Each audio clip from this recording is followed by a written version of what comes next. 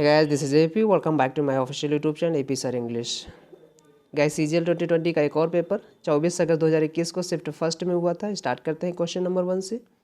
Yes guys, एक information और आपको देनी है, वो ये कि CGL 2021 की एग्ज़ाम डेट आ गई, इवन CHSL की भी एग्ज़ाम डेट आ गई है।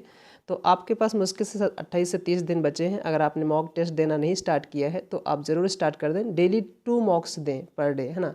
उसका अच्छे से एनालिसिस करें और मॉक दें, उसका तुरंत एनालिसिस कर लीजिए। फिर दूसरा मॉक आप गैप करके दीजिएगा और उसका भी एनालिसिस तुरंत कर लीजिएगा।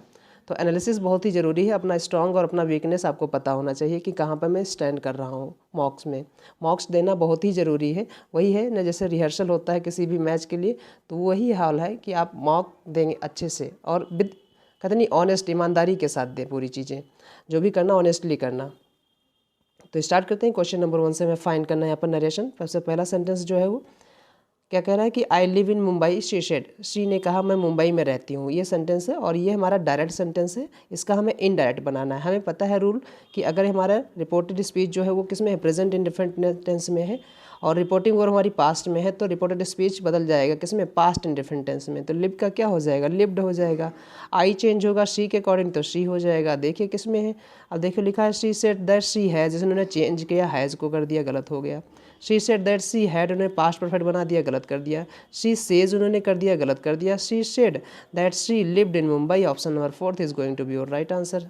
कितना इजी होता है अगर आपका कॉन्सेप्ट सारे क्लियर होते हैं। कुछ भी टफ नहीं होता है इंग्लिश में, बशर्ते आप अच्छे से प्रिपेयर होके जाए, अच्छे से रूल्स को रिवाइज करके जाए और अच्छे से आपके कॉन्सेप्ट क्लियर हों वहाँ पर, तभी चीज़ें याद आ जाती हैं। तो आगे बढ़ते हैं, क्वेश्चन नंबर 2 देखते हैं।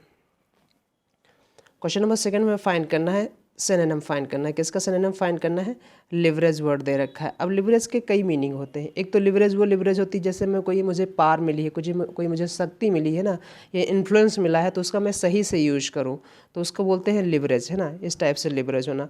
दूसरा लिवरेज होती है ग्रिप, पकड़। आपकी लिवरेज क्या है, ग्रिप क्या है आपकी। तो लिवरेज के कई मीनिंग है, याद रखिएगा। ग्रिप हो जाए आपका, ग्रैस्प हो जाए, होल्ड हो जाए, ये सब लिवरेज के ही सिनोनिम है। और अगर पावर के रूप में अगर बात करें तो इन्फ्लुएंस उसका सिनोनिम हो जाएगा, इन्फ्लुएंस।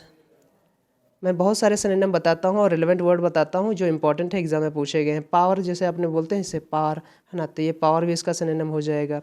अथॉरिटी भी इसका सिनोनिम हो जाएगा, अथॉरिटी, तो अथॉरिटी भी हो जाएगा। वेटेज आपने वर्ड सुन रखा है, वेटेज भी इसका सिनोनिम हो जाएगा, जिसकी स्पेलिंग होती है WEIG, है ना, HTAG, है ना, HTAGE, वेटेज, जिसे वेटेज बोलते हो, तो इसका भी सिनोनिम हो जाएगा।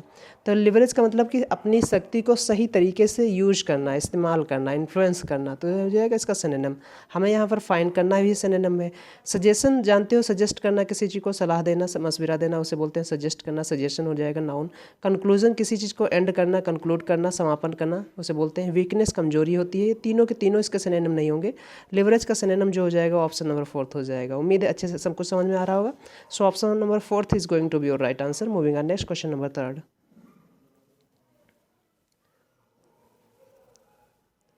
क्वेश्चन नंबर 3 में हमें फाइंड करना है वन वर्ड सब्सटीट्यूशन। लिखा है अ corporation made up of a number of different companies. एक ऐसी संस्था जिसमें बहुत सारी कंपनीज हों, जैसे ये है, इतनी बहुत सारी कंपनीज, अलग अलग डिफरेंट कंपनीज हो, और उसको एक बना दिया जाए, उसे क्या बोलते हैं, ये कहना चाह रहा है। तो made of a number of different companies that operate in diversified fields, मतलब जो अलग अलग फील्ड्स की हों, तो उसे क्या बोलते हैं, एसोसिएशन। एसोसिएशन तो नहीं बोलते हैं बेसिकली, एसोसिएशन तो बोलते हैं एन ऑर्गेनाइज्ड ग्रुप, आप इसे बोल सकते हो एन ऑर्गेनाइज्ड ग्रुप। अब ये ग्रुप हो सकता है किसी चीज़ का, तो उसे बोलते हैं एसोसिएशन है ये इस चीज़ का, तो ऑर्गेनाइज्ड ग्रुप हो जाएगा, तो इसे नहीं बोलेंगे। एग्रीमेंट मिस होता है, एग्रीमेंट समझते हो, समझौता होता है दो लोगों से, दो से ज़्यादा लोगों के बीच होता है, वो एग्रीमेंट हो जाएगा। कोरिलेशन, एक दूसरे का सामंजस्य बैठाना, जैसे कोरिलेशन बोलते हैं ना, सहसंबंध, कोरिलेशन हो जाएगा। तो कोरिलेशन भी यहाँ इसका मीनिंग नहीं हो जाएगा। कॉन्ग्लोमरेट एक वर्ड होता है, बेसिकली यही इसकी मीनिंग होती है। कॉन्ग्लोमरेट का मतलब होता है जब कई सारी संस्थाएं मिलकर, कई सारी कंपनियां मिलकर एक पर्टिकुलर ग्रुप क्रिएट करती हैं, उसे कॉन्ग्लोमरेट बोलते हैं। तो ये याद रखिएगा, संस्था के लिए बेसिकली यूज किया जाता है कॉन्ग्लोमरेट। अच्छा, वन वर्ड के जो अपनी मीनिंग होती हैं वही उनकी मीनिंग होती है, कोई सिनोनिम और कोई एंटोनिम उनकी जगह पर हम यूज नहीं कर सकते हैं, ये पॉइंट याद रखिएगा। तो कॉन्ग्लोमरेट जो है option number 4 is going to be your right answer. Moving on next, question number 4।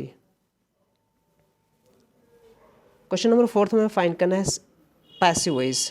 अब ध्यान दीजिए, सेंटेंस का पैसिव वॉइस एक्टिव वॉइस करने का सबसे बेहतर तरीका आपको ये होना चाहिए कि आपको टेंस पता होना चाहिए कि वो टेंस कौन सा है जिसमें वो सेंटेंस दिया गया है, उसी के अकॉर्डिंग आप तुरंत पैसिव बना दीजिए, एक्टिव बना दीजिए, जो भी करना है। लिखा है रिचर्ड वोर। अब देखो वर्ड, यहाँ पर वर्ड दे रखा है, वोर मेन वर्ब है किसकी, वियर की, और वियर मीन्स होता है पहनना, है ना। और वोर कौन सी फॉर्म है, यहाँ पर सेकंड फॉर्म है वियर ओर, और इसकी थर्ड फॉर्म क्या होती है, WORN, है ना, WORN। मैं फिर से लिख देता हूँ, यहाँ पर क्या हो जाएगा, WORN, वियर वोर वोर्न हो जाएगा थर्ड फॉर्म। आपको पता है कि जो पैसिव फॉर्म होती है वो बी की फॉर्म के बाद, यहाँ पर क्या है, बी की फॉर्म के बाद वर्ब की थर्ड फॉर्म आती है, पॉइंट आपको पता ही है ना। बी की फॉर्म, अब बी की फॉर्म से बहुत से होती हैं, is, am, are, was, were, be, been, being, इस टाइप से, तो उसके साथ वर्ब की थर्ड फॉर्म लगी हो तो पैसिव वॉइस हो जाएगी।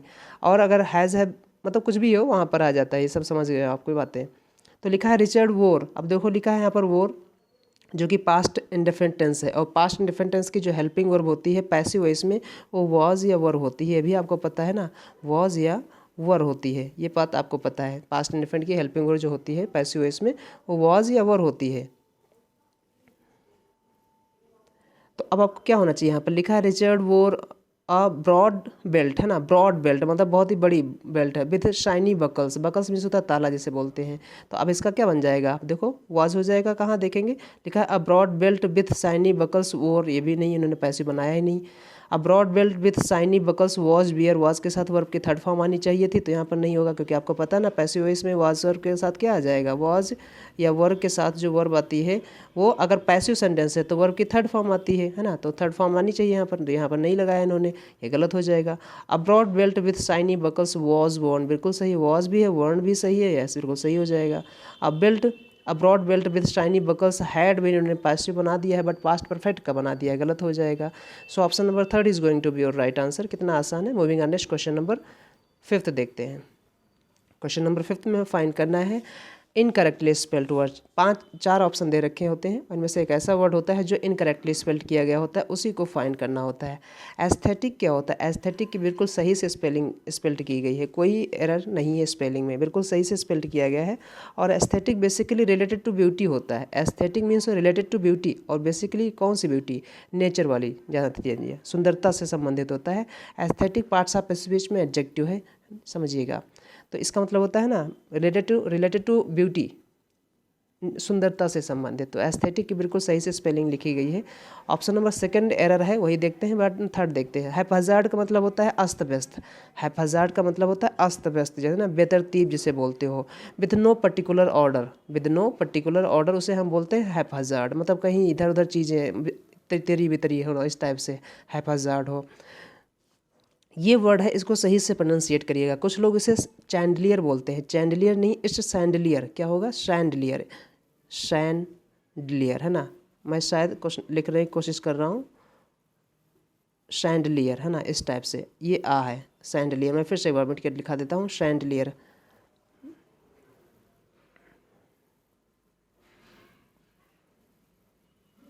सैंडलियर, इसे सैंडलियर बोलेंगे, ध्यान दीजिएगा। और सैंडलियर मीन्स होती है ना, एक डेकोरेटिव लाइट होती है जो बेसिकली छत से लटका दी जाती है, और वहाँ पर ना रूम में अक्सर ऐसा होता है, जो डेकोरेटिव लाइट टाइप की होती है उसे बोलते हैं शैंडलियर। तो शैंडलियर की स्पेलिंग बिल्कुल सही से स्पेल्ड की गई है।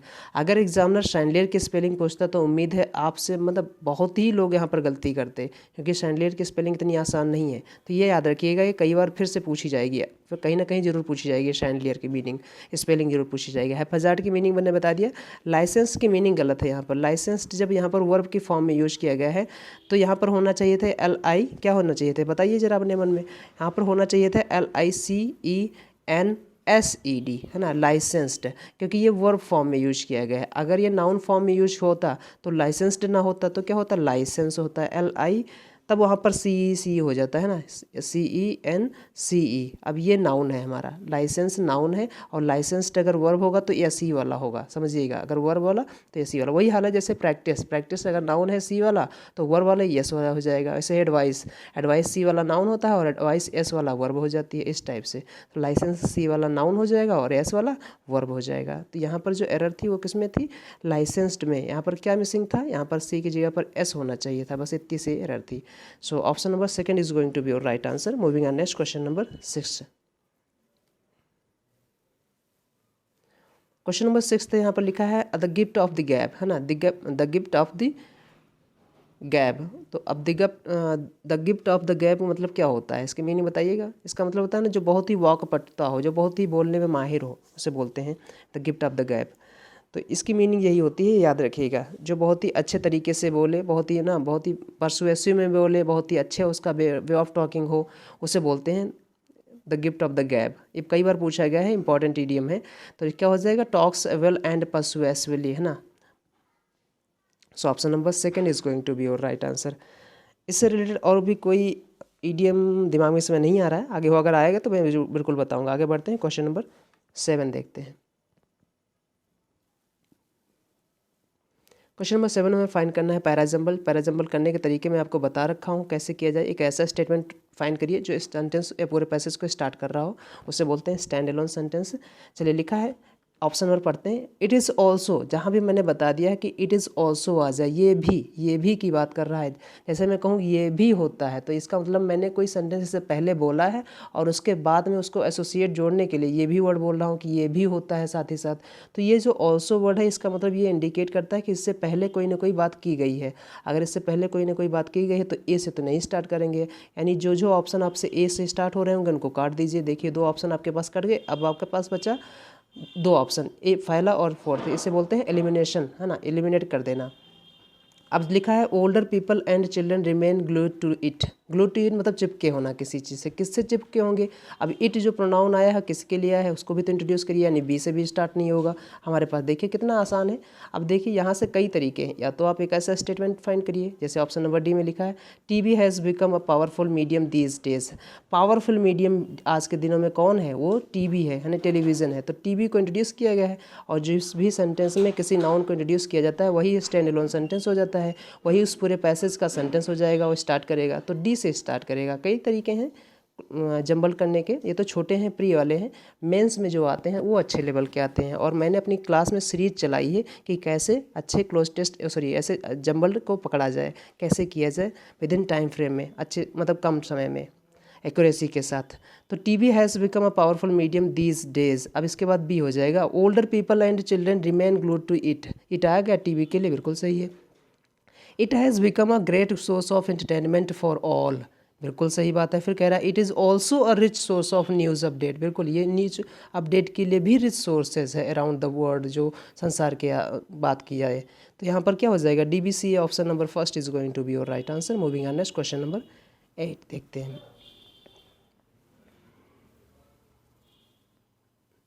क्वेश्चन नंबर 8 में हमें फाइंड करना है, फिलर की बात की जा रही है यहाँ पर। क्वेश्चन नंबर 8 में हमें फिलर का बात करना है। यहाँ पर लिखा है द लैक ऑफ। अब देखिए यहाँ पर समझ से एक वर्ड मिल गया, the lack of. Lack negative word होता है कमी किसी चीज़ की, है ना। The lack of regular academic sessions has, बात की जाएगी यहाँ पर सब्जेक्ट यहाँ पर हमारा लैक है, इसलिए यहाँ पर हैज़ लगा है, ध्यान दीजिएगा। ये लैक की वर्ब है, ये has. The lack of regular academic sessions has meant, है ना, मीन्ट मतलब समझिएगा, मीन की थर्ड फॉर्म है, has meant that in 2020 the country has had present perfect tense है, has had the dash share of, has had the dash share of students who have attended educational institutions। बात कीजिए यहाँ पर lack कमी दे रखा है, अगर कमी यहाँ पर वर्ड आ गया दैट मीन्स सेंटेंस का जो मीनिंग है वो नेगेटिव वे में जा रही है। यानी कि क्या कह रहा है कि रेगुलर क्लासेस एकेडमिक कम होने के कारण 2020 में ना जो रेगुलर क्लासेस हुई हैं कम हुई हैं, बहुत ही कम हुई हैं, उसको क्या हुआ, has had the dash share of students who have attended educational institutions. अब ध्यान दीजिएगा यहाँ पर हमें अगर हम ऑप्शन एलिमिनेशन लगाएं, कुछ भी हमें नहीं समझ में आ रहा है, तो देखिए यहाँ पर क्या लग जाए, आर्टिकल दा लगा है ना, और आपको डिग्री एडजेक्टिव यूज करना है। अब आप बताओ कौन सी एडजेक्टिव आर्टिकल दा के साथ आती है, तो जाहिर सी बात है आप कहोगे सर दा प्लस सुपरलेटिव डिग्री एडजेक्टिव आती है, यही हमने पढ़ा है। तो बिल्कुल सही, आपका काम कर गया दिमाग यहाँ पर। देखिए लास्ट लिखा है ये भी हमारी सुपरलेटिव डिग्री है, और लोवेस्ट लिखा है ये भी हमारी सुपरलेटिव डिग्री है, बट लो जो है वो पॉजिटिव डिग्री है और लोअर जो है कंपैरेटिव डिग्री है। तो लो की पॉजिटिव डिग्री लो हो जाएगी, कंपैरेटिव डिग्री लोअर हो जाएगी, सुपरलेटिव डिग्री लोवेस्ट हो जाएगी।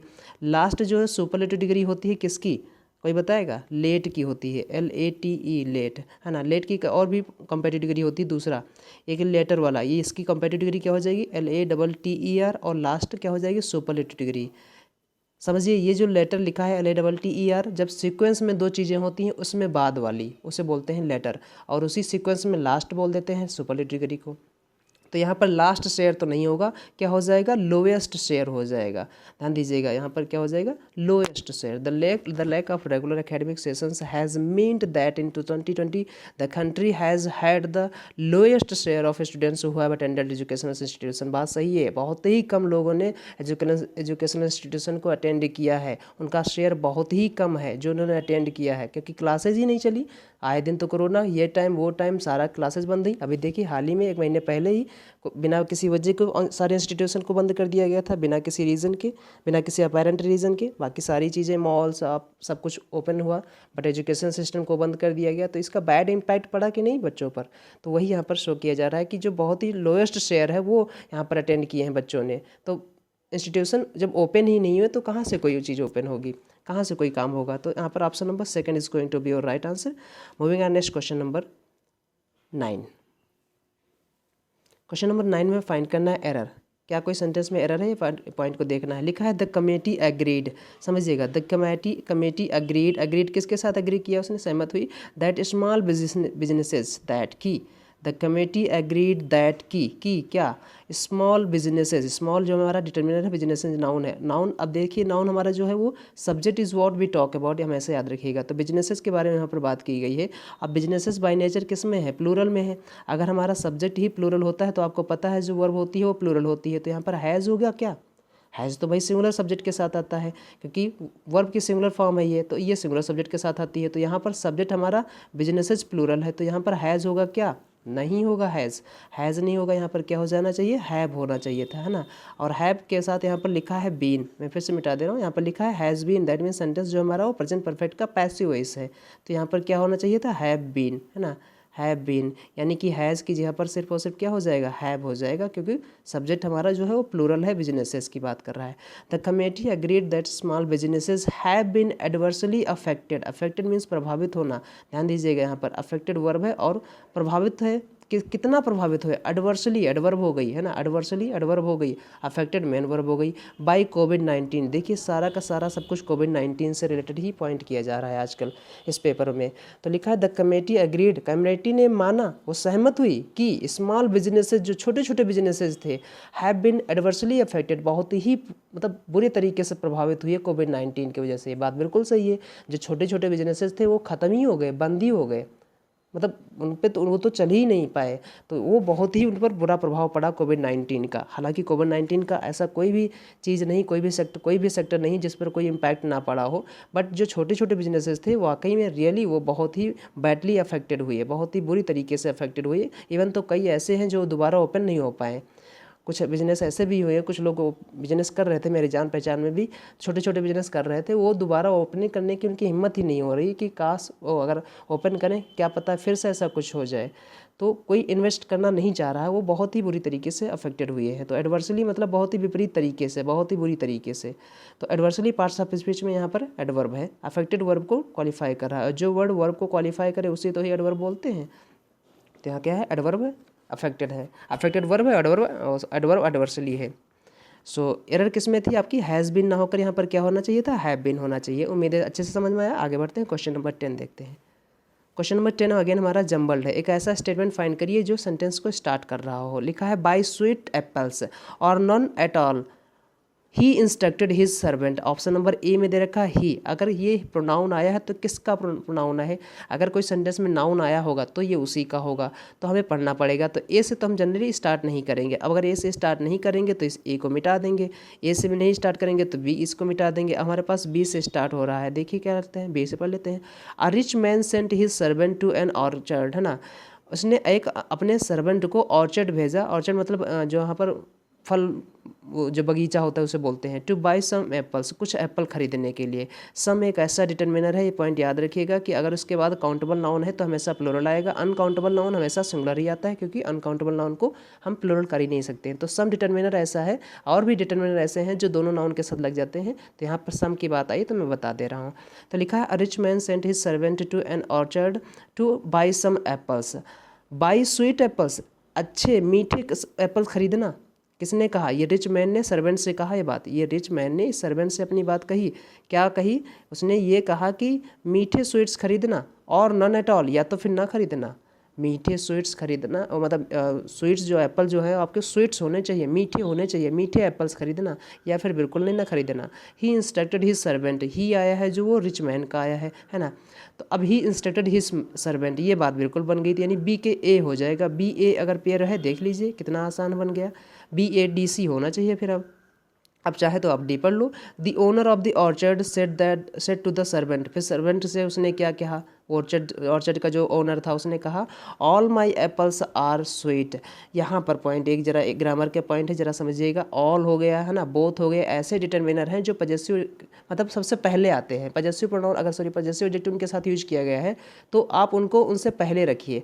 आप इस सेंटेंस को इस सेंटेंस को आप ऐसे नहीं बोल सकते थे माई ऑल एप्पल्स, आप इसे ऐसे नहीं बोल सकते थे, याद रखिएगा। माई ऑल एप्पल्स गलत हो जाएगा, है ना, क्योंकि ऑल जो है वो पहले ही आता है, माई बाद में आएगा। ऑल माई फ्रेंड्स बोलेंगे, माई ऑल फ्रेंड्स गलत हो जाएगा, हालांकि बोलने में बड़ा अच्छा लगता है। यही होता है स्पोकन और ग्रामर, तो डिफरेंस है दोनों में। तो यहाँ पर क्या हो जाएगा, ऑल माई बिल्कुल सही जो लिखा है, all my apples are sweet, मेरे सारे एप्पल्स जो हैं वो स्वीट्स हैं। ट्राई वन, कोशिश करो, एक देख लो, चेक कर लो। फिर उसने क्या किया, सी से में बोला द सर्वेंट आस्क्ड, है ना, द सर्वेंट ने पूछा how am I to know that all of them are sweet if I taste just one, मुझे कैसे पता चलेगा कि अगर मैं कोई एक को टेस्ट करूं तो मुझे कैसे पता चलेगा कि सारे टेस्ट स्वीट हैं एप्पल्स। बड़ा अच्छा सेंटेंस है, कितना अच्छा है, बोलने में कितना अच्छा लग रहा है। How am I to know, कैसे मुझे पता चलेगा, कैसे मैं जानूंगा, है ना, मुझे कैसे पता चला। Know that all of them are sweet, कि सारे के सारे मीठे हैं। If I taste just one, अगर मैं कोई एक टेस्ट करूँ तो क्या हो जाएगा, B A D C. Option number second is going to be your right answer. Moving on next question number 11 देखते हैं।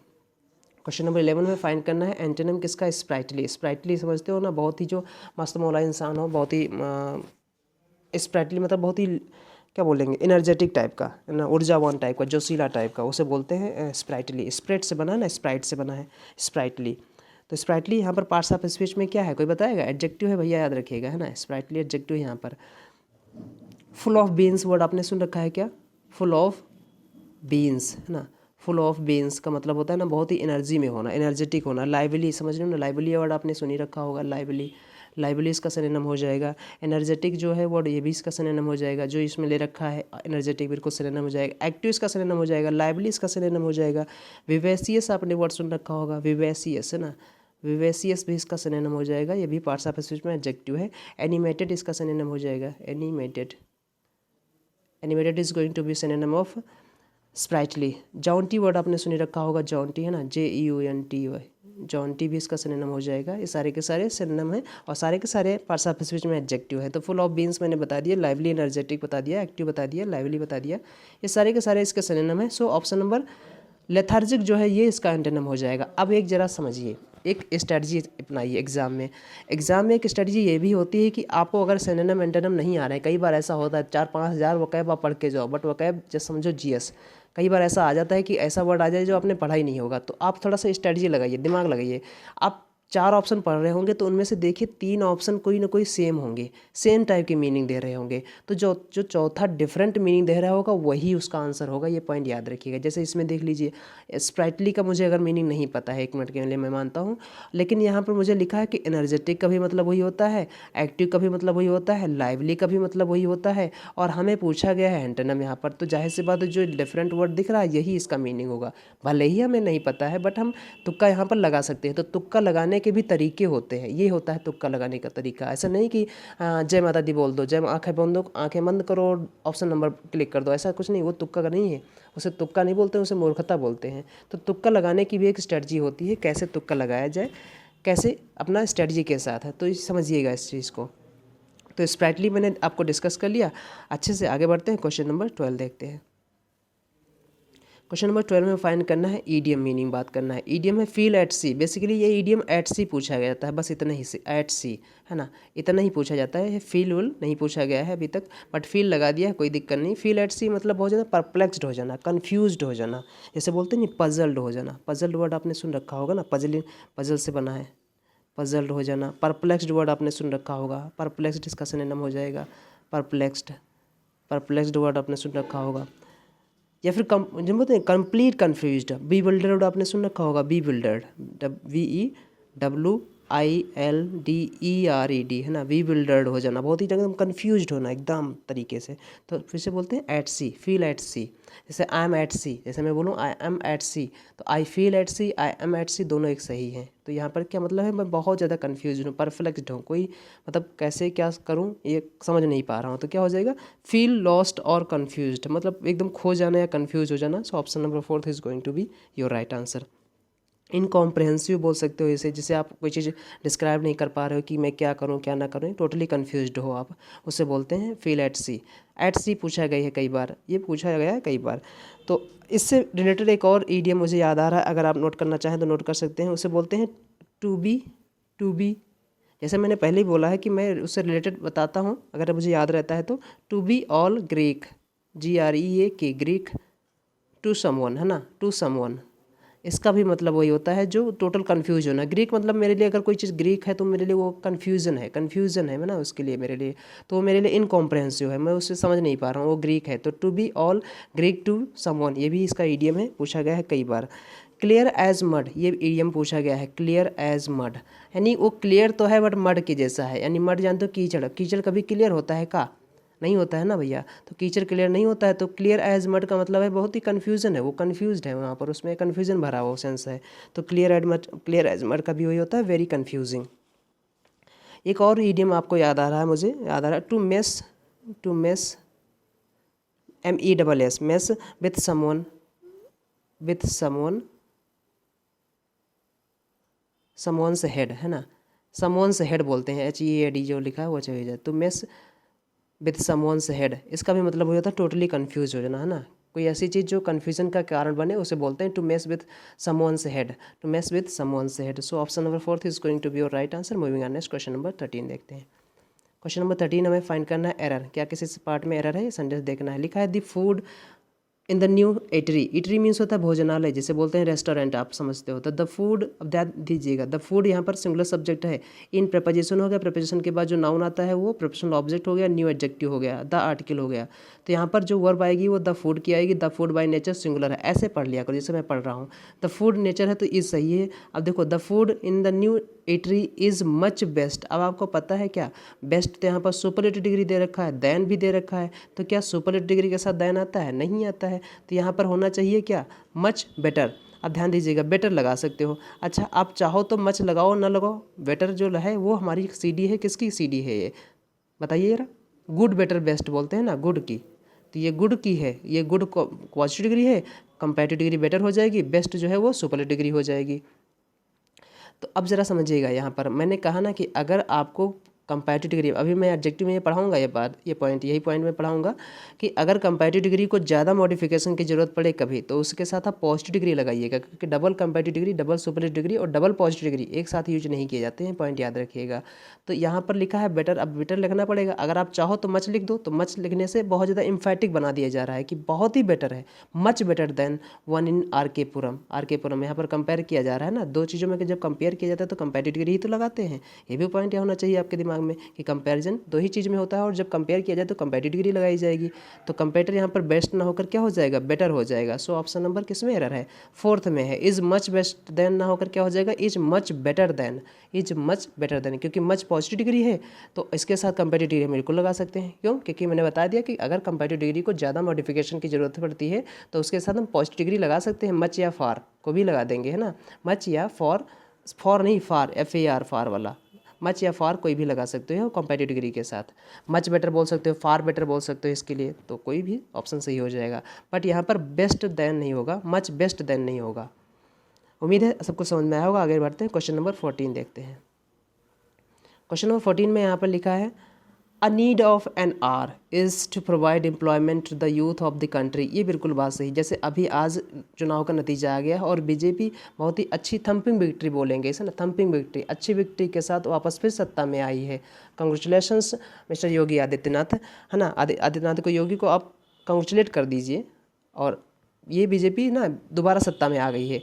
तो अब क्या है, इसे बोलेंगे ना, कांग्रेचुलेट कर सकते हैं। तो यही हमने कहा कि ये अभी के लिए जो सरकार का जो इशू होगा, जो मेन समय की नीड होगी वो क्या है, एम्प्लॉयमेंट को कम करना, कैसे रोज़गार दें लोगों को, क्योंकि अनएम्प्लॉयड हो गए हैं बहुत सारे लोग इस कोविड की वजह से। तो सरकार की सबसे बड़ी चुनौती यही होने वाली है इस कार्यकाल में। तो यहाँ पर सेंटेंस लिखा है a need of an hour. A need of an hour ये ईडीएम है, ईडीएम यहाँ पर ये गलत हो जाएगा। क्या होता है, the need of the hour, है ना, द नीड ऑफ, क्या हो जाएगा, the need of the hour, है ना, the need of the hour. अब मैंने जो बोला है उस पर आपने गौर किया क्या, मैंने यहाँ पर दा को दा बोला है और यहाँ पर मैंने दा को दी बोला है। क्यों, क्योंकि यहाँ पर आर के पहले वो आर जो है वॉल साउंड रिप्रेजेंटिंग वर्ड है, और वॉल साउंड रिप्रेजेंटिंग वर्ड के पहले अगर आर्टिकल दा आ रहा है तो उसे दी बोलेंगे, ऐसे दी एंड होता है मूवी का। और कॉन्सोनेंट साउंड के पहले अगर आर्टिकल दा आ रहा है तो उसको दा बोलेंगे। तो यहाँ पर इसको तो दा बोलेंगे और यहाँ पर इसको दी बोलेंगे। तो इससे सही से क्या ईडियम हो जाएगा हमारा, सॉरी प्रोवर्ब हो जाएगा, the need of the hour, the need of the hour. So ये समय की ज़रूरत है, यानी option number first is going to be your right answer, बाकी सारे गलत हो जाएंगे। So option number first is going to be your right answer. आगे बढ़ते हैं, क्वेश्चन नंबर 15 देखते हैं। क्वेश्चन नंबर 15 में फाइंड करना है सिनोनिम किसका, एंटीग्रेट का। एंटीग्रेट मतलब कि चीज़ों को शामिल करना, जैसे अलग अलग चीज़ें हैं, अलग अलग चीज़ें हैं, इनको शामिल कर लेना, एक में बना देना, इस टाइप से। तो इंटीग्रेट करना होता है, उसे बोलते हैं। ये बात आपको पता ही होगा, इंटीग्रेट बहुत ही आसान वर्ड है। तो इंटीग्रेट का मतलब होता है ना, चीज़ों को शामिल कर देना, ज्वाइन करना, है ना, to thing join things so that they become one, मतलब कई सारी चीज़ों को ज्वाइन कर दो, उनको एक बना दो, उसे बोलते हैं इंटीग्रेट कर देना। तो इंटीग्रेट का आप सिनोनिम आप समझना चाहें तो सुन लीजिए यहाँ पर, जैसे कंबाइन करना भी इंटीग्रेट का सिनोनिम हो जाएगा, COMBINE, कंबाइन भी सिनोनिम इसका हो जाएगा। असिमिलेट वर्ड यहाँ पर जो दे रखा है इसका बेहतर सिनोनिम है और बहुत इंपॉर्टेंट वर्ड है, याद रखिएगा, कई बार पूछा गया, असिमिलेट कर देना, शामिल कर देना। कंसोलिडेट भी इसका सिनोनिम हो जाएगा, CONSO, कंसोलिडेट, है ना, कंसोलिडेट भी इसका सिनोनिम हो जाएगा। कन्फर्म भी इसका सिनोनिम होता है, कई बार रूल को फॉलो करना, कन्फर्म होना, तो कन्फर्म भी इसका सिनोनिम हो जाता है कई बार, CONFORM वाला है, याद रखिएगा। एकोमोडेट भी इसका सिनोनिम हो जाएगा। तो इंटीग्रेट के सिनोनिम मैंने बता दिया। सेपरेट इसका एंटोनिम हो जाता है, सेपरेट तो अलग अलग होते हैं। सेपरेट की स्पेलिंग कई बार पूछी गई है, याद रखिएगा, SEPARATE होता है, बिल्कुल जो सही से स्पेल्ड किया गया है। सेपरेट, सेपरेट का मतलब अलग थलग हो जाएगा, तो इसका एंटोनिम हो जाएगा। तो यहाँ पर हमें फाइंड करना था सिनोनिम, जो कि असिमिलेट हो जाएगा, ऑप्शन नंबर सेकंड। डिस्ट्रीब्यूट का भी मतलब होता है वितरण करना, डिस्बर्स का भी मतलब ही होता है वितरण करना, है ना, तो दे देना, वितरण करना, दोनों का मतलब वितरण करना हो जाएगा। तो ये एक दूसरे के सिनोनिम हो जाएंगे। So option number second is going to be your right answer. Moving on next, question number 16 देखते हैं। क्वेश्चन नंबर 16 में फाइंड करना है सेंटेंस इंप्रूवमेंट की बात की जा रही है। यहाँ पर लिखा है Japan has made important and original contributions. Japan has made important and original contributions inside some fields like photography and electronics. inside नहीं बोलते हैं, in the field of something बोलते हैं ना, in the field of। तो यहाँ पर तो preposition की error है, बिल्कुल आसान है, सभी लोग कर लिए होंगे। in some fields, कुछ fields में, है ना, in some fields, अभी मैंने some के बारे में बात कर दिया है।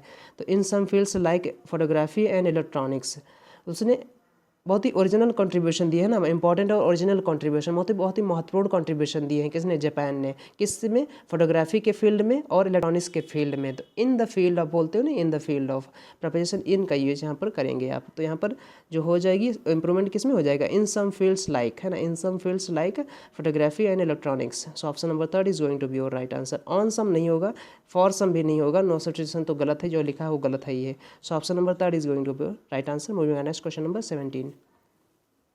क्वेश्चन नंबर 17 में फाइंड करना है एंटोनिम। एंटोनिम किसका, इनफर्म। अब आपको पता है फर्म के पहले इन लगा दिया। जनरली इन का अगर बात करें प्रपोजिशन के रूप में तो इसका मतलब होता है इनसाइड, किसी चीज़ के में अंदर। लेकिन अगर किसी वर्ड के पहले अगर लग जाए ये इनफर्म, जैसे फर्म में इन लगा दिया, है ना, फर्म में इन लगा दिया तो इसका मतलब क्या हो जाएगा, कमज़ोर हो जाएगा, जिस टाइप से ना, इस टाइप से। इनफर्म है तो पहले तो मजबूत थी, उसके बाद इन लगा दिया तो उस पर क्या होगा, इनफर्म, यानी कमज़ोर हो गया। तो याद कैसे करेंगे, याद रखिएगा, इनफर्म मतलब होता है कमज़ोर कर देना किसी को, वीक कर देना, है ना। फ्रेल वर्ड आपने सुन रखा है, फ्रेल इसका बेस्ट सिनोनिम हो जाएगा। फ्रेल भी आपने वर्ड सुन रखा होगा। वीक जिसका सिनोनिम हो जाएगा WEAK वाला, है ना, वीक, कमज़ोर कर देना सिनोनिम हो जाएगा। फीबल आपने वर्ड सुनी रखा होगा, फीबल बहुत ही चिरपरिचित वर्ड है, बिल्कुल आसान वर्ड है। डेबिलिटेट वर्ड आपने क्या सुना है, क्या, डेबिलिटेट, DEB, डेबिलिटेट, है ना, डेबिलिटेट इसका सिनोनिम हो जाएगा, डेबिलिटेटेड जिसे बोल सकते हो आप। इनफीबल भी इसका सिनोनिम आप हो सकता है ना, इन हो नहीं सकता, होगा, इनफीबल, है ना, इनफीबल भी इसका सिनोनिम हो जाएगा। अनस्टेबल भी इसका सिनोनिम हो जाएगा, अनस्टेबल। स्टेबल मतलब कोई चीज़ ठहराओ जो इमूवेबल हो, जो मूव ना कर रही हो, और अनस्टेबल, है ना, जो स्टेबल ना कर पाए, स्टेबल, है ना, अनस्टेबल। तो इनफर्म हो जाएगा, कमज़ोर है इस टाइप से, है ना। फ्रेल हो जाएगा, तो फ्रेल इसका सिनोनिम हो जाएगा। फीबल इसका सिनोनिम हो जाएगा। वीक इसका सिनोनिम हो जाएगा। अब देखिए वही बात फिर ऐसे आ गई, अगर आपको एक क्षण के लिए इन्फर्म नहीं पता था, आपको फ्रेल तो पता ही होगा, फीबल तो पता ही होगा, वीक तो पता ही होगा। अगर आपको फ्रेल भी नहीं पता था एक क्षण के लिए, तो फीबल और वीक तो पता ही है। दो ऑप्शन तो आपको पता है कि दोनों एक जैसे हैं, तो ये आंसर तो नहीं हो सकते हैं। अब आपके पास 50-50% चांसेस मिले, है ना, ये से बोलते हैं 50-50% चांस। तो अब आप यहाँ पर आंसर भी मार सकते थे, तो इसे बोलते हैं ना गेस और with strategy, guess with strategy के साथ। तो फ्रेल यहाँ पर इसका सिनोनिम हो जाएगा। Strong is going to be your antonym of infirm, है ना। इनफर्म मीन्स होता है कमजोर, स्ट्रॉन्ग मीन्स होता है मजबूत। So option number second is going to be your right answer. Moving on next question number 18। Question number 18 में find करना इनकरेक्टली स्पेल्ड वर्ड। 4 ऑप्शन दे रखे होंगे, उनमें से एक ऐसा वर्ड फाइंड करना है जो इनकरेक्टली स्पेल्ड किया गया होगा। बॉस्टिंग का मतलब होता है डींगे मारना, बड़ी बड़ी सेखी बगाड़ना। बॉस्ट के साथ प्रीपोजिशन ऑफ आता है, याद रखिएगा। इसी का एक और सिनोनिम होता है, क्या होता है, इसी का एक और सिनोनिम होता है, बोस्ट का मैंने बता दिया, बोस्ट के साथ प्रीपोजिशन ऑफ आता है, डींगे मारना। ब्रैग वर्ड आपने सुन रखा होगा, ब्रैग, है ना। ब्रैग का भी मतलब होता है डींगे मारना, और भी सिनोनिम हो जाएंगे। एसेटिक क्या होता है, एसेटिक बेसिकली तपस्वी होते हैं ना, जो ना एकदम मोह माया को त्याग दें, जो देश दुनिया को इस टाइप से ना कि क्या हो रहा है देश दुनिया में उससे कोई मतलब नहीं, एकदम सन्यासी हो जाए, उसे बोलते हैं एसेटिक, सन्यासी, है ना। एसेटिक अपने आप में एडजेक्टिव नाउन दोनों भी है, तो सन्यासी हो जाएगा, इसका मतलब क्या हो जाएगा, सन्यासी। चल सन्यासी मंदिर में, इस टाइप से। कितना अच्छा गाना है ना, जो राम को लाए हैं हम उनको लाएंगे, और फिर से योगी जी आ गए हैं, वाह वाह क्या बात है, मज़ा आ गया। तो क्या हो जाएगा यहाँ पर, एसेटिक जो है ना वो सन्यासी हो जाएगा, सन्यासी। तो यहाँ पर एसेटिक भी इसका बिल्कुल सही से स्पेल्ड किया गया है। ओवर राइट की स्पेलिंग यहाँ पर गलत तरीके से लिखी गई है। एविडेंस का मतलब होता है सबूत, बिल्कुल सही तरीके से स्पेल्ड किया गया है। ओवर राइट की स्पेलिंग जो होती है वो होती OVE याद रखिएगा, RRIDE, ओवर राइट होता है। ओवर राइट के दो मीनिंग होते हैं, जरा समझिएगा। ओवर राइट का एक मीनिंग ये होता है कि किसी को कुचल देना, गाड़ी से ओवर राइड कर देना उस पर ना, ओवर राइड कर देना। दूसरा इसकी जो एग्जैक्ट मीनिंग है, जो कई बार लोगों को नहीं पता है, वो ये होती है कि अगर आपके पास ऐसी कोई पावर है जिसकी वजह से किसी चीज़ को आप रिजेक्ट कर सकते हो। जैसे मैं बात करूँ राष्ट्रपति साहब के पास, है ना, प्रेसिडेंट जी के पास, उनके पास शक्ति होती है कि वो किसी डिसीजन को बोलते नहीं है, उसे वीटो पावर बोलते हैं, तो वो ओवर राइड कर देते हैं इस टाइप से। या फिर जैसे आप जज में देखा होगा, वहाँ पर ओवर रूल ओवर राइड कर दिया जाता है, इस टाइप से अपने वर्ड सुन रखा होगा। ओवर राइड मतलब कि अपनी पावर का यूज करते हुए किसी चीज़ को रिजेक्ट कर देना, उसे भी ओवर राइड बोलते हैं। मैंने बता दिया आपको। एविडेंस बिल्कुल सही से लिखा गया है, इसका मतलब होता है सबूत। So override option number 3 is going to be your right answer. Moving on next question number 19। Question number 19 में फाइंड करना है, फिल इन द ब्लैंक की बात की जा रही है। जहाँ पर समझिएगा लिखा है हिज। अब आपको पता ना हिज जो है पजेसिव एडजेक्टिव है, अगर पजेसिव एडजेक्टिव यूज किया गया है तो कहीं ना कहीं नाउन ही आएगा।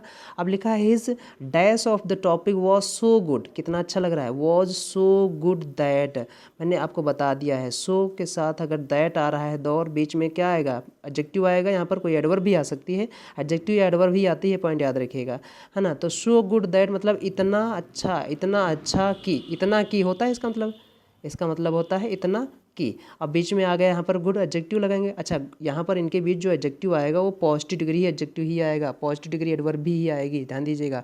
कंपैरेटिव डिग्री एडजेक्टिव नहीं आएगा। सो बेटर गुड नहीं बोल देंगे यहाँ पर, सो बेटर दैट नहीं बोलेंगे, सो गुड ही बोलेंगे, ये बात याद रखिएगा, यानी पॉजिटिव डिग्री ही लगाएंगे।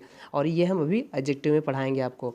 तो सो गुड दैट इतना अच्छा है कि, अब देखिए his dash of the topic, अगर किसी का टॉपिक इतना अच्छा है कि students had few doubts, few means होता है नेगेटिव, ध्यान दीजिएगा, ना के बराबर, और फ्यू के साथ यहाँ पर काउंटेबल नाउन आता है, डाउट्स बिल्कुल सही से लिखा गया है ना। तो ना के बराबर डाउट्स हैं at the end of the class, यानी क्लास के अंत में ना के बराबर डाउट होते हैं, यानी बच्चों के पास डाउट होता ही नहीं है, उसका जो टॉपिक है उस पर, टॉपिक पर उसकी जो पकड़ है, ये हिज जो बात कर रहा है टीचर की बात कर रहा है, उसकी जो टॉपिक पर पकड़ है इतनी अच्छी है कि बच्चों को ना के बराबर कन्फ्यूजन होती है, ना के बराबर डाउट्स होते हैं, यानी डाउट्स होते ही नहीं हैं, ऑलमोस्ट नहीं होते हैं, बिल्कुल उनके एकदम क्रिस्टल क्लियर होती हैं चीज़ें, सारी की चीज़ें, सारा का सारा पढ़ाया हुआ एकदम क्रिस्टल क्लियर होता है, सब कुछ दिमाग में बैठ जाता है। तो उसे क्या बोलेंगे यहाँ पर, ऐसा वर्ड रखिए। तो हिज क्वालिफिकेशन, क्वालिफिकेशन से मतलब नहीं होता है, कोई ऐसा बंदा आपने देखा होगा कि बहुत ज़्यादा हाईली क्वालिफाइड है बट वो चीज़ों को एक्सप्रेस नहीं कर पाता है अच्छे तरीके से, तो वो ऐसा नहीं यहाँ पर मीनिंग दे रहा है। क्वालिफिकेशन की मीनिंग यहाँ पर नहीं है। एग्जीबिशन मीन्स होते है प्रदर्शनी करना, किसी चीज़ का दिखावा करना, है ना। प्रदर्शनी मतलब ना वो जो प्रदर्शनी लगाई जाती है उससे प्रदर्शनी करना। सो ऑप्शन नंबर सेकंड भी नहीं होगा, फर्स्ट भी नहीं होगा। पिक्चराइजेशन मतलब चित्रीकरण करना, जैसे मूवी का पिक्चराइजेशन किया जाता है हीरोज टाइप से, इस टाइप से, तो वो भी यहाँ पर ऑप्शन नहीं होने वाला है। क्या हो जाएगा, एक्सपोजिशन। ऑप्शन नंबर 4 में जो लिखा है एक्सपोजिशन, इसका मतलब होता है एक्सप्लेनेशन, है ना। एक्सप्लेनेशन जैसे बोलते हैं। इलूसिडेशन वर्ड आपने सुन रखा होगा, इलूसिडेशन, है ना। मिटा देते हैं, फिर से सबको बता देते हैं। इलूसिडेशन आपने वर्ड सुन रखा होगा ना, इलूसिडेट करना इसी को बोलते हैं, इलूसिडेशन, है ना। इलूसिडेशन इसी से बना है हमारा वर्ब, इलूसिडेट करना। तो इलूसिडेट मतलब व्याख्या करना, एकदम एक्सप्लेन करना। एक्सपोजिशन का भी मतलब वही होता है ना। सो एक्सपोजिशन यानी उसका व्याख्या जो है, उसका एक्सप्लेनेशन इतना बेहतर है उस टॉपिक का, नहीं बोलते नहीं, his exposition of the topic was so good, इतना अच्छा, इस सो गुड की वजह से हमें मीनिंग पता चल गई थी ना। तो इतना अच्छा है कि that students had few doubts, कि ना के बराबर डाउट्स होते हैं at the end of the class, class के अंत में। तो ये कितना अच्छा है, कॉम्प्रहेंसिव नॉलेज है उसको, है ना। कॉम्प्रहेंसिव नॉलेज है, व्यापक नॉलेज जैसे बोलते हैं। डिस्क्रिप्शन भी इसका सिनोनिम हो जाएगा, एक्सप्लेनेशन भी इसका सिनोनिम हो जाएगा, इलूसिडेशन भी इसका सिनोनिम हो जाएगा। तो कोई भी वर्ड यहाँ पर रखा जा सकता था। Option number 4 is going to be your right answer. Moving on next question number 20 देखते हैं। क्वेश्चन नंबर 20 में फाइंड करना है वन वर्ड सब्स्टिट्यूशन, एक ऐसा वर्ड फाइंड करना है, अ शॉर्ट रेस्ट और sleep taken after lunch. Basically ये बात की जाती है उन गर्म देशों में जो बेसिकली दोपहर में थोड़ा आराम कर लेते हैं खाने के बाद, है ना, उसे बोलते हैं। तो उसे क्या बोलेंगे, उसे बोलते हैं सेस्टा। सेस्टा वर्ड ही याद रखिएगा। वन वर्ड की अपनी मीनिंग होती है, हालांकि सारे के सारे सिनोनिम हैं, बट सिनोनिम मैंने बता दिया कि वन वर्ड में अपनी मीनिंग होती है, सिनोनिम यूज नहीं की जाते हैं। सेस्टा बोलते हैं, याद रखिएगा।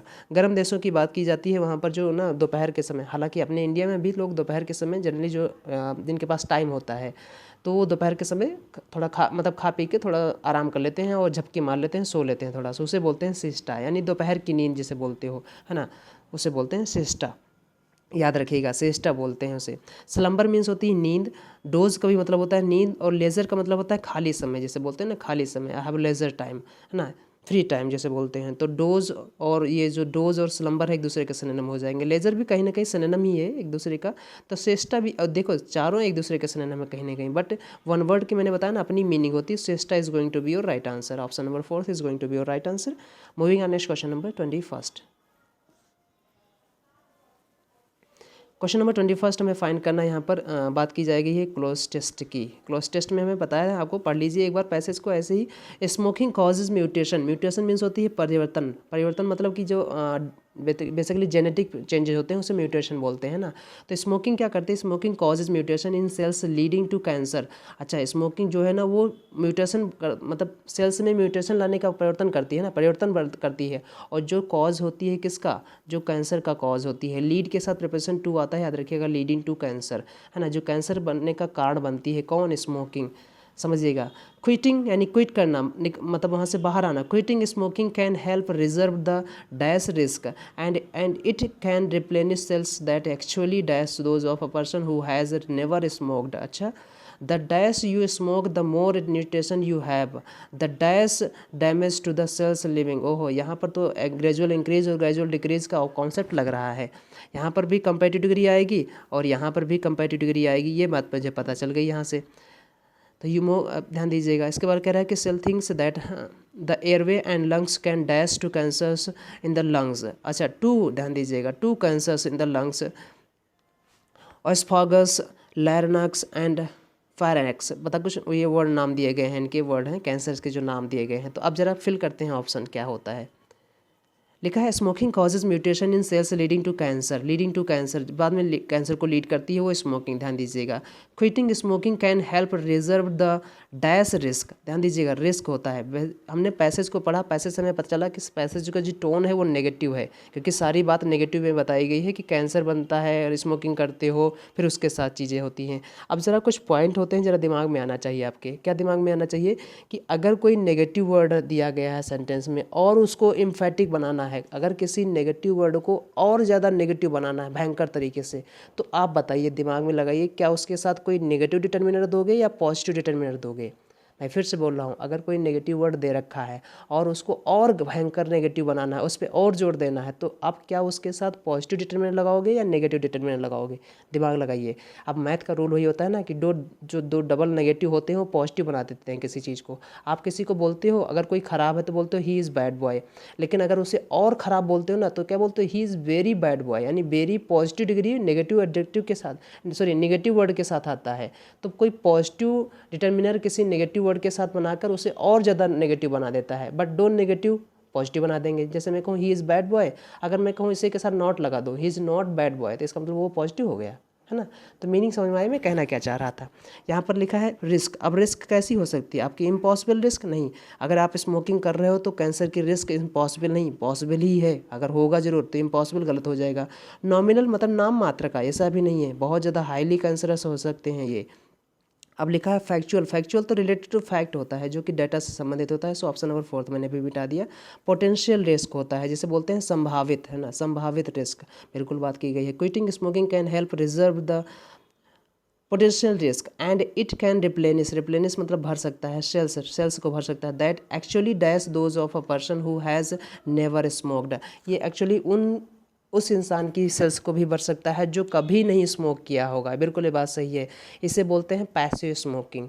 अगर कोई एक स्मोक कर रहा है आपके साथ, आपके आसपास में, और उसका जो धुआं आप मतलब अब्जॉर्ब कर रहे हो ना, जो खींच रहे हो, उसे बोलते हैं पैसिव स्मोकिंग। यानी स्मोकिंग आप नहीं कर रहे हो बट आप जो धुएं को ले रहे हो उसे पैसिव स्मोकिंग बोलेंगे, है ना। एक्टिव स्मोकिंग तो वो जो कर रहा है उसे एक्टिव स्मोकिंग बोलेंगे, और आप जो धुआं ले रहे हो उसे पैसिव स्मोकिंग बोलेंगे। तो ये वो बात यहाँ पर वही बात कही गई है कि अगर ये उनकी भी सेल्स को भर देता है। किसकी सेल्स को भर देता है? Actually those of a person who has never smoke, जो कभी स्मोक नहीं किया होगा। आगे देखते हैं ऑप्शन नंबर क्या है, बड़ा अच्छा पैसेज है। तो हाँ, बिल्कुल कह रहा है कि actually dash those of person who has never smoked, यानी ये उनकी भी सेल्स को भर देता है। अब देखो के जैसी जिनकी सेल्स है, देखो उनकी भी सेल्स वही उसी जैसी होती हैं जो स्मोक करते हैं, और उनकी भी सेल वैसी होती हैं जो स्मोक नहीं करते हैं। तो जो स्मोक करने वाले सेल्स होते हैं, उन जो नॉन स्मोकर आदमी है जो बगल में खड़ा है, जो इसे पैसिव स्मोकर बोलते हैं, उनकी सेल्स को भी फिल कर सकता है। तो क्या हो जाएगा, के जैसे जो लोग हैं। तो डिफर नहीं होगा यहाँ पर, डिसएग्री नहीं होगा, आइडेंटिफाई नहीं होगा, रिजेंबल होता है। रिजेंबल मीन्स के जैसा। सो ऑप्शन नंबर क्या हो जाएगा, फर्स्ट हो जाएगा। Resemble those of a person who has never smoked.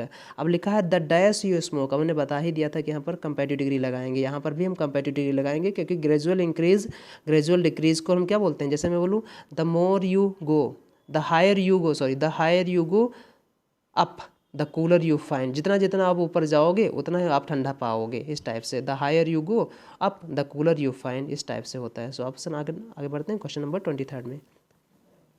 अब हमने बता दिया था कि यहाँ पर कंपेरेटिव डिग्री यूज करेंगे। देखें यहाँ पर, क्योंकि कॉन्सेप्ट वो पता होते हैं चीज़ें। तो यहाँ पर लिखा है, अब देखिए लिखा है द डैश। अब देखिए द यहाँ पर कंपेरेटिव डिग्री आएगी। कंपेरेटिव डिग्री यहाँ पर कौन है इसमें से, मच पॉजिटिव है, मेनी पॉजिटिव है, मोस्ट सुपरलेटिव डिग्री है। तो मोस्ट तो नहीं लगाएंगे यहाँ पर। हमने बताया ना, ग्रेजुअल इंक्रीज के लिए, ग्रेजुअल डिक्रीज के लिए आप कंपेरेटिव लगाते हो किसके साथ, द प्लस सी डी। यही यहाँ पर एक केस होता है। एक और केस मिलेगा आपको जहाँ पर लिखा होगा ऑफ द टू में से, वहाँ पर भी हम लगाते हैं द के साथ कंपेरेटिव डिग्री। तो सी डी के साथ आर्टिकल द दो ही केस में लगता है, एक तो ग्रेजुअल इंक्रीज, ग्रेजुअल डिक्रीज, दूसरा दो में से किसी एक को बेहतर बनाना हो तब। तो हम ये पढ़ाएंगे आपको, है ना। तो यहाँ पर क्या है, सी डी के साथ हम कंपेरेटिव डिग्री तभी लगाएंगे, सॉरी कंपेरेटिव डिग्री के साथ आर्टिकल तभी लगाएंगे जब ग्रेजुअल इंक्रीज और ग्रेजुअल डिक्रीज दिखाना हो। The higher you go, the higher the cooler you find, है ना। दोनों में द हायर हो गया और वहाँ पर द कूलर हो गया। तो यहाँ पर ये लिखेंगे द मोर, है ना, कितना आसान हो गया। द मोर यू स्मोक, इतना ज़्यादा आप स्मोक करोगे, लिखा है, फिर लिखा है the more mutations you have, उतना ज़्यादा परिवर्तन तुम्हारे में होंगे। जितना ज़्यादा तुम स्मोक करते हो उतना ज़्यादा परिवर्तन होते हैं। देखिए कितना यहाँ पर कॉन्सेप्ट मिल गया, नहीं मिल गया। द प्लस कंपेरेटिव डिग्री और द प्लस कंपेरेटिव डिग्री, देखिए वही क्या है ना। तो the more you smoke the more you mutations you have, जितना ज़्यादा तुम स्मोक करते हो उतना ज़्यादा म्यूटेशंस तुम्हारे अंदर होती हैं। फिर लिखा है द डैश। अब देखिए यहाँ पर क्या लिखा होगा, द डैश डैमेज। अच्छा, यहाँ पर द तो आ ही गया, यहाँ पर कंपेरेटिव डिग्री नहीं आएगा। देखें क्या कहता है। सो ऑप्शन नंबर आगे बढ़ते हैं, क्वेश्चन नंबर 24 में देखते हैं। क्वेश्चन नंबर 24 में लिखा है the dash damage to the cells lining the airway and lungs can. अब बताइए जरा, the dash damage, damage negative word है। अब आपको पता है ना, अभी मैंने बता दिया कि अगर कोई नेगेटिव वर्ड है उसे और इम्फेटिक बनाना चाह रहा हो तो उसके साथ कोई पॉजिटिव वर्ड आपको देना पड़ता है। ये बात याद रखिएगा, जनरली कहीं से कोई नहीं बताता है। तो यही मैंने बताया ना कि सबसे अलग और सबसे बेहतर तरीके से मैं आपको कंप्रेशन कराता हूँ, सारा पैसेज कराता हूँ, सारे पेपर सारा कराता हूँ। तो ब्रोकन हो जाएगा क्या, ब्रोकन अगेन नेगेटिव वर्ड है, नहीं होगा। इनकम्प्लीट अगेन नेगेटिव वर्ड है और डबल नेगेटिव पॉजिटिव बना देते हैं। तो ये तो पहले खत्म कर दिया हमने। स्टेबल और कांस्टेंट में डिफरेंस है क्या है। स्टेबल मीन्स होती है वो चीज़ जो नॉन मूवेबल हो ना, जिसे बोलते हैं इमूवेबल, है ना, जो मूव ना कर पाए उसे स्टेबल बोलते हैं ना, स्थिर बोलते हैं। बट कांस्टेंट का मतलब होता है लगातार, कांस्टेंट, है ना, कोई चीज़ लगातार गिरे या लगातार डाउन हो लगातार, उसे कांस्टेंट बोलते हैं ना, कांस्टेंट इंक्रीज कांस्टेंट डिक्रीज, इस टाइप से। तो कांस्टेंट डैमेज हो जाएगा ना, लगातार डैमेज को सेल्स करेगा ना, जो सेल्स हैं उनको लगातार डैमेज करेगा।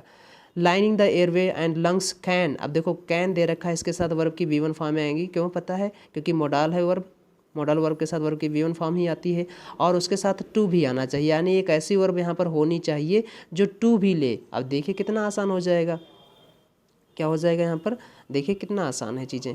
अब देखो डायरेक्ट के साथ प्रिपोजिशन टू नहीं आता है, क्योंकि डायरेक्ट समबडी, किसी को दिशा निर्देश देते हो तो डायरेक्ट बोलते हो ना, direct, directed you, this type से अगर ये वर्ब बन रही है। गाइड भी डायरेक्ट वर्ब लेती है, सॉरी डायरेक्ट ऑब्जेक्ट लेता है, गाइडेड यू, है ना। सीज मीन्स होता है जब्त करना, ये भी डायरेक्ट ऑब्जेक्ट लेता है। तो यहाँ पर देखो हमने तीनों ऑप्शन एलिमिनेट कर दिए। ये कब एलिमिनेट कर पाएंगे भैया, जब आपका अच्छे से कॉन्सेप्ट क्लियर होगा, तब सारी चीज़ें आपको पता होंगी कि ट्रांजिटिव इंट्रांजिटिव क्या होता है, रेगुलर इरेगुलर क्या होता है, ये सारी चीज़ें जब पता होंगी तब तो इतनी तेज़ी से आप कर पाओगे। अब देखो लीड के साथ टू आता है, ये बात समझ में आ गई, और इससे पहले भी हमने देखा ही था कि यहाँ पर लीडिंग के साथ टू देखो लिखा भी है, तो ये उसे बोलते हैं फॉरवर्ड रीडिंग, है ना। फॉरवर्ड रीडिंग क्या बोलते हैं कि आगे बढ़ते जाओ, नहीं समझ में आया तो आगे बढ़ जाओ, और जहाँ समझ में आ जाए उससे पीछे बैक कर लो, तो इस टाइप से। तो यहाँ पर can lead to cancers in the lungs, है ना, can lead to cancers, so lead हो जाएगा option number 4 is going to be your right answer. So with this we have come to an end, हमने एक और paper समाप्त कर दिया। हमारे पास बहुत ही कम पेपर बचे हैं, पूरा सिलेबस हमने खत्म कर लिया है 2020 वाला। अच्छे से आप पेपर को रिवाइज करिए, अगर कोई डाउट या कोई क्वेरी रहती है तो आप उसे कमेंट सेक्शन में मेंशन करिए, मुझे टाइम मिलते हैं मैं उसे ज़रूर रिप्लाई करूँगा। मिलते हैं नेक्स्ट वीडियो में, ladies and gentleman, bye bye, take care, जय हिंद।